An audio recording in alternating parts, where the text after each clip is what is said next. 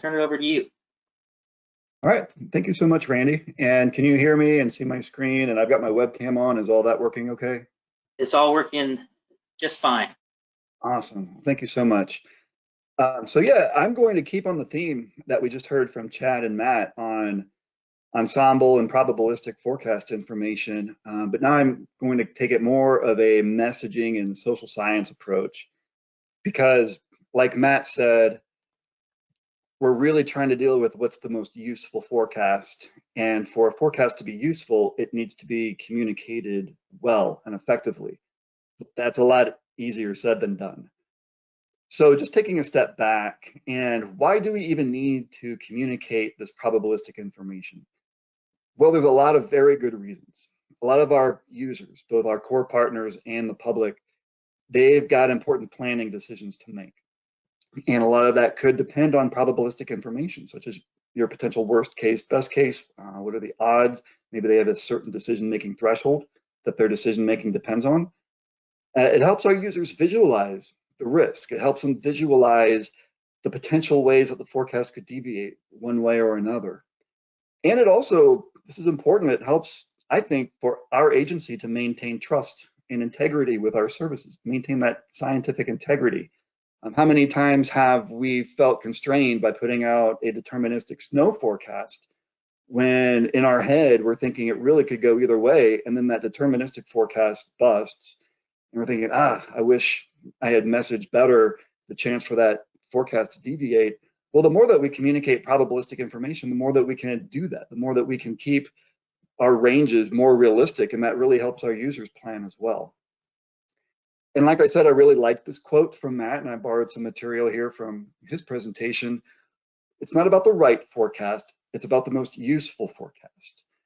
But that's difficult when we're dealing with all this overload now of ensemble data. And it's great, great data, but it's a lot for us to comprehend, let alone our users. So how do we take this very complex data source and convey it in a way that our users can really make effective decisions with?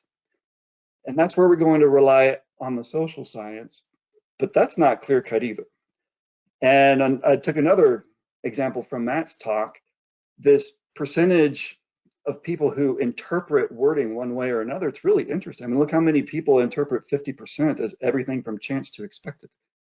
And people don't necessarily grasp the concept of percentages either.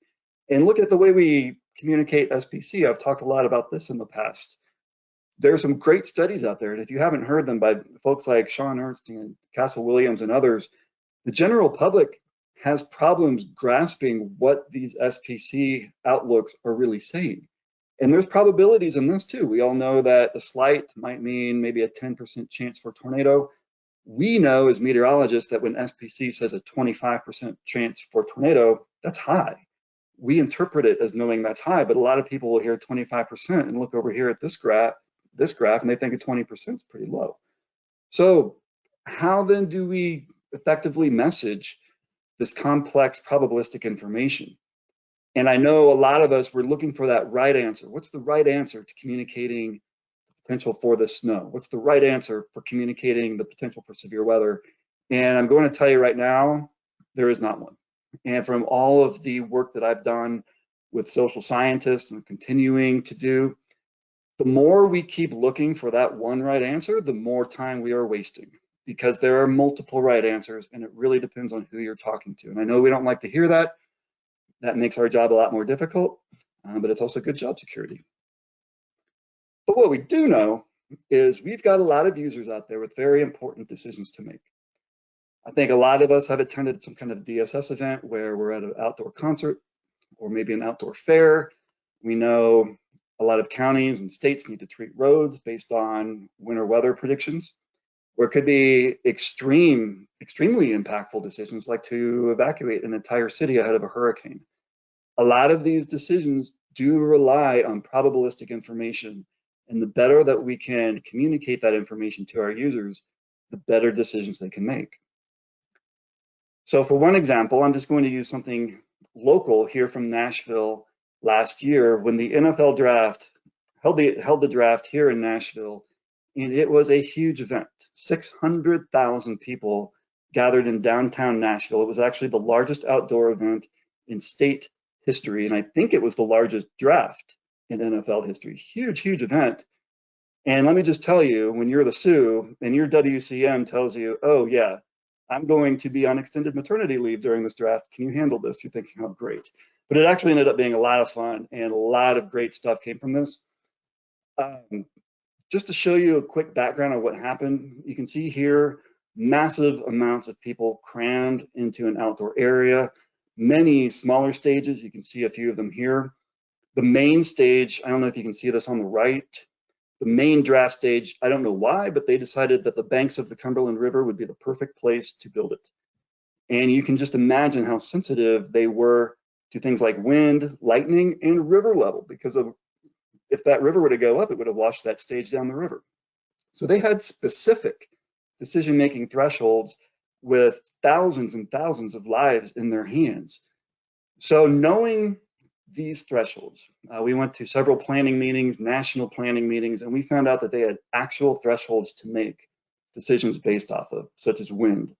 So a 20-mile-an-hour wind, a 30-mile-an-hour wind, they actually had decisions to make if the wind were to reach those thresholds. So we decided to take a probabilistic approach with how we messaged this major IDSS event, and they absolutely loved what we did. And so here's an example of what went out in a daily briefing where we spoke to those specific decision-making thresholds. We didn't arbitrarily choose these. We knew that they had decisions to make at each of these. And they really loved the fact that we did that. And you might be asking, how did we come up with these? We kind of went to Chad's tying the knot. We talked about that earlier this morning.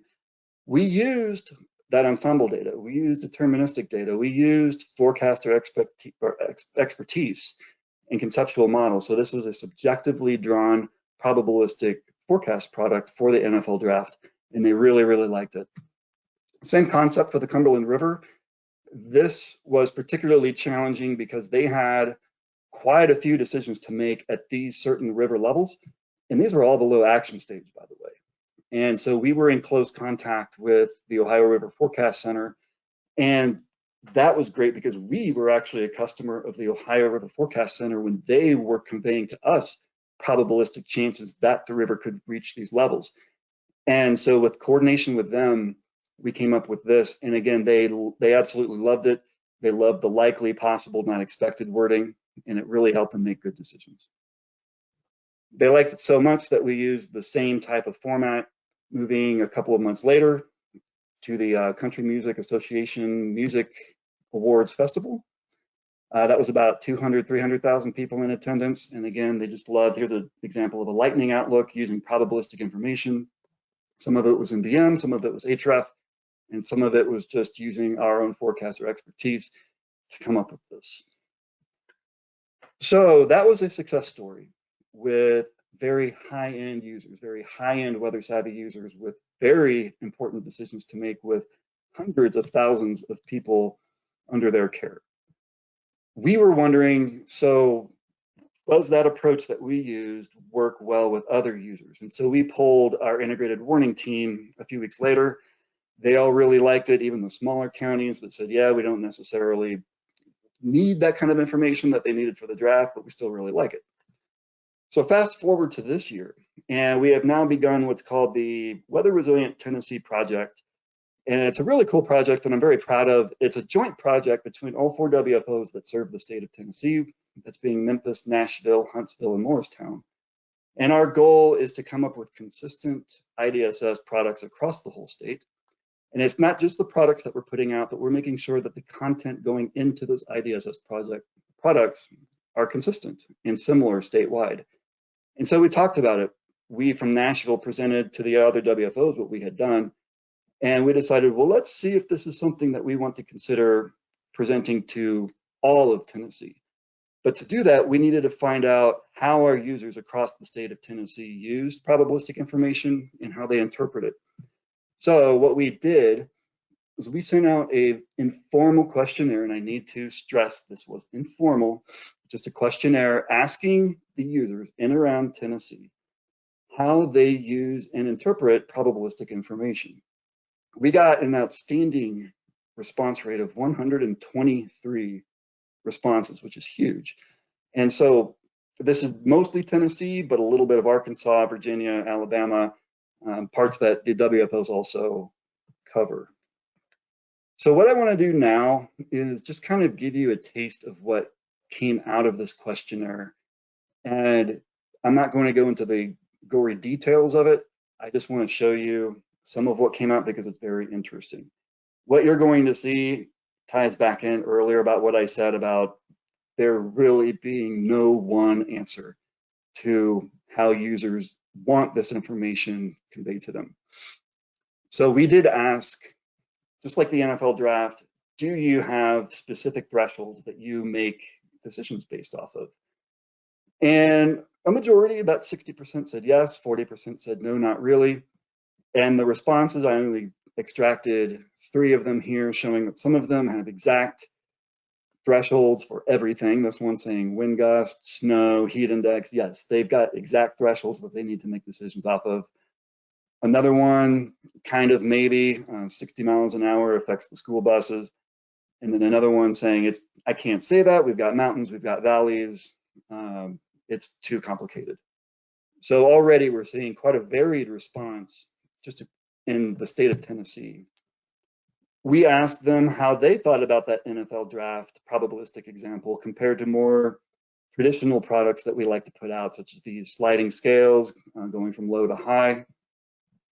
And again, the response was all over the place. Some people really liked the scale of 1 to 5. Some people preferred the wording. Low, medium, high is easiest to understand. The traffic light colors is easiest to understand. And it's interesting and frustrating all at the same time, because as we're searching for that one answer of how to convey this information, we're getting responses all over the map. We asked them how they prefer to be conveyed at a certain threat level. Do they prefer the numbers, the scale of 1 through 5? Do they prefer a descriptive wording like low, medium, high? Or do they like colors? And look at this, it was almost evenly split between the options, with a plurality coming in that they actually prefer a combination. And we thought that that was interesting. And we had a lot of comments like this saying, actually, if you could use colors with descriptive wording or colors with the scale of 1 to 5, they found that to be particularly helpful. We asked them about this type of graphic, and a lot of us now use this quite a bit in our winter DSS with potential high end and sometimes potential low end snowfall amounts. And so we included a couple of examples, one here from Memphis, one from Nashville. And in Nashville, we even supplemented it with what it would take to get those high end amounts and what we thought the odds of that occurring were. And so we wanted to get their thoughts on that. And you're probably sensing a theme here. The responses were all over the place. By far, most either agreed or strongly agreed that that type of information is helpful, but there's a sizable amount here, probably 30%, that disagreed or were neutral, and a few even strongly disagreeing. And when you look at just a few of the responses, you get everything from uncertainty is the bane of our existence. I can't overstress the value of having this kind of tool. And the next person says it's too much going on at one time. So what are we supposed to do with that when we've got this much varied need for this kind of information? And others saying it's not as straightforward, others saying we exactly need it. So what are we supposed to do with that? We asked about the probability of exceedance. This is another popular one. And 1 inch, I know in Central Region, you're probably laughing, but in Tennessee, 1 inch is a big deal. And so here's an example from Morristown. We asked if that was useful, a little bit more so than the previous example, mostly saying agree and strongly agree that they need that information. A few people disagreeing. The responses, you're getting everything. It's confusing and cluttered. Other people, and this one is important, not as familiar with the general public. And another one, I'm being asked, what is the probability of more than 1 inch? And this is something else that's important to take away from this. We saw it time and time again in these results. The EMs and other core partners who responded to us weren't always telling us what was useful to them. They were telling us what was useful to the public because that's who they deal with. And that was something also very interesting to us, was it seemed like the more important or the more understandable it was for the public, the better it helped our core partners, even if they were weather savvy. They needed it to be simplified down to a publicly understandable level. We also asked this. Now this we asked on a flash poll question at our integrated warning team meeting in Middle Tennessee last year. When we are trying to give you the probability of something happening, do you prefer us to say that the probability is 33%? In other words, that exact percentage? Is it better that we say roughly 3 out of 10? Or descriptive wording like likely, unlikely, or I don't need this information? When we asked that at the IWT, the majority said that they preferred the 3 out of 10. Then we opened it up to all of Tennessee and it flipped. Now they're saying that they like the percentage number. So takeaway from that, it is variable. And I hit on this earlier, and I can't overstress it enough. When you're trying to convey effective information to your core users, you might not be tailoring it toward the public. You might be tailoring it toward a specific decision maker who might be weather savvy, but it still needs to be understandable to the public because it's likely that that core user is going to then relay it to stakeholders who are less weather savvy. And this is just a few of many, many responses that we got saying how they gauge the usefulness of these products by how the public will interpret them. Saying it's easier for beginners to understand. This helps me give a simpler explanation to the public. Dissemination to the public, and mostly this is EM, school officials, and transportation departments, but I can guarantee you that the media would say the exact same thing. So that's something that we also have to keep in mind is public consumption is very important. So to sum up, I'm just going to go over some quick takeaways on that survey. I can't stress enough that these results were informal. This was not a formal scientific survey, so take it with a grain of salt. And to highlight the importance of that is how when we flash polled 50 EMs at our IWT workshop, some of their responses were different. And I think a lot of that could deal with the wording of our questions, other external factors, the way it was presented, maybe as a survey versus in person. So take that all with a grain of salt. And for those reasons, we do need more scientific investigation into this. And I do believe Central Region is doing just that, which is great to hear. And it's exciting to see what's going to come out of that study that Central Region is doing with social scientists. So stay tuned for that. So if that's so informal and you can't really look at it, why am I showing it to you? Well, there were a few important takeaways that I think you can still get from it. First, there's no one-size-fits-all method to risk communication. And I think most social scientists will tell you that. Stop looking for that one right answer because it doesn't exist. So what should we be doing? Well, first, it starts with understanding your user's needs. And Matt alluded to that in the earlier talk. Are you dealing with a high-end user like the NFL draft where they need as much important information as they can get and they understand it? If so, then give it to them. Are you dealing with a small rural county who, in one of the responses, called all this probabilistic information gobbledygook? Maybe. And if that's the case, then you don't want to confuse them. So how are you supposed to deal with both if you're giving something like a briefing or some kind of webinar with a varied audience? Well, keep it simple. Even your high-end users are likely going to have to take your information and relay it to their stakeholders. So the more simple that you can keep it, the better. But some of them do have very critical decisions to make. And just because a few of them are weather savvy, and maybe to most of your users, all that information is a little too much, a few might still need that probabilistic information more detailed. Make sure they can get it. Provide a link to the AFD, provide a link to a supplemental slide, because even though they might be in the minority, they might have thousands of people that they're looking out for. So they might be big decision makers. So keep your messaging varied, but do keep it simple. Provide your expertise. This is something that was said time and time again this morning. People like to hear it. And we got a lot of responses saying, I trust you. I just want to hear what you think. And so make sure that you have access to that information. And once again, public comprehension is important. If the public can understand it, then it's likely that your core users will understand it and that it will help keep it effective.